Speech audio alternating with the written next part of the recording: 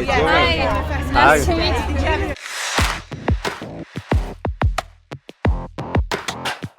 Stiamo cercando soldati per combattere contro il mondo madre.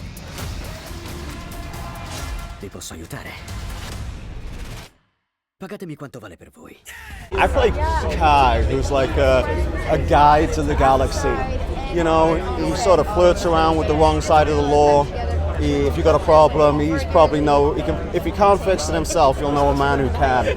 And so he's just a bit of a like all-around intergalactic geezer. And these guys really are desperately in need of some help. And fortunately, they meet Kai, who, you know, shows them the way. I play a bad guy. It's impossible. So good. I'm so intrinsically good to the center of my soul. No, I do think Kai's a good guy, you know? It's like goodness, badness, it's all relative, right? It's only our actions that make us so. Speaking about that, these characters choose the side of history that never makes to the books. Yeah, right. And Never set foot on the wrong side of history. Yes, and how can we know that we are on the good side of history, in your opinion? Well, I would not feel so sure that at any point you're on the right side of history. I don't know how to know that. I guess the history books will tell us a couple hundred years from now. I have a strong feeling we're probably all on the wrong side of history right now. One of the really beautiful messages of this film is that, you know, most likely, like, single planet species don't survive. You have to evolve and become multi-planet species, you know. It's just sort of like, I don't know if you know the Drake equation, but that's basically like a mathematical equation that basically predicts that. And I think one of the beautiful things about this film is that Zack illustrates the terrible truth that we do become a multi-planet species, and rather than just destroying our own planet, we try to destroy the whole known universe. So, like, I reckon we should probably stop doing that.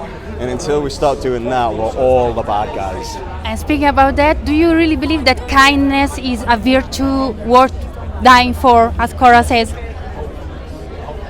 I don't know if kindness is a virtue worth dying for. I think probably the only thing that's worth dying for is love. I think that's the only point of life anyway, is love. So if the only point of life is love, it would seem sensible that the only sensible reason to die would be for love.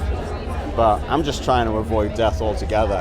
I'm one of the unique proponents of AI, you know, that maybe it'll sort of save us all. Really?